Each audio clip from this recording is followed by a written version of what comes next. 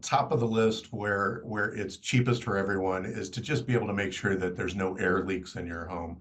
Air leaks is really what causes your furnace to work, right? Because it cools your home and you keep it running. So if you can, just go around where your windows or doors are at and make sure there's no air leaks, putting up plastic film, using sealant around the cracks, that's the best thing to do.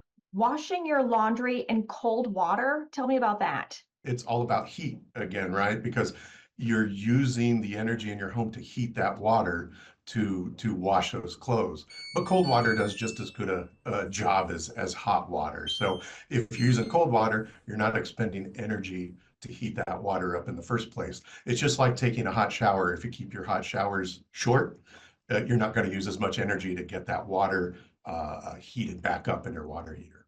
Light bulbs. We've all probably heard of LEDs by now, but why should we be replacing those light bulbs with LEDs?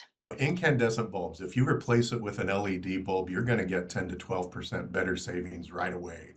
So we like to say if you replace the 5 most used light bulbs with LED bulbs, you're going to see those savings the fastest. The most important thing to remember though with LEDs is make sure you get the ones that have the Energy Star label on it, because those LEDs have been tested and they meet the requirements that you would expect out of an LED bulb. Ceiling fans. Only use them when you're in the room? This also works for regular fans that you have in your room, right? A fan is only good for moving air around, and when that air hits you, it either cools you or warms you up. So it's not warming a room, it's not cooling a room. It's only viable if you're in that room to feel the air moving. So they're only good for when you're actually in the room. It's not going to do anything with the heat or anything like that. And another thing too, ceiling fans have a summer and a winter mode.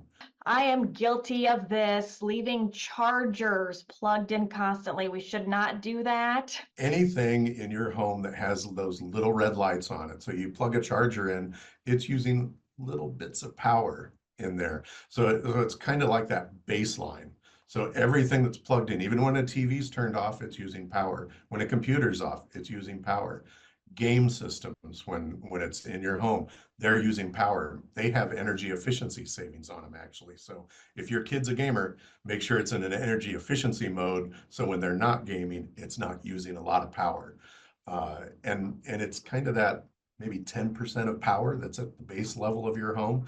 If you have those things unplugged, they can't use the power then. But if you see the little red light or glowy type of light around that equipment, it's using something.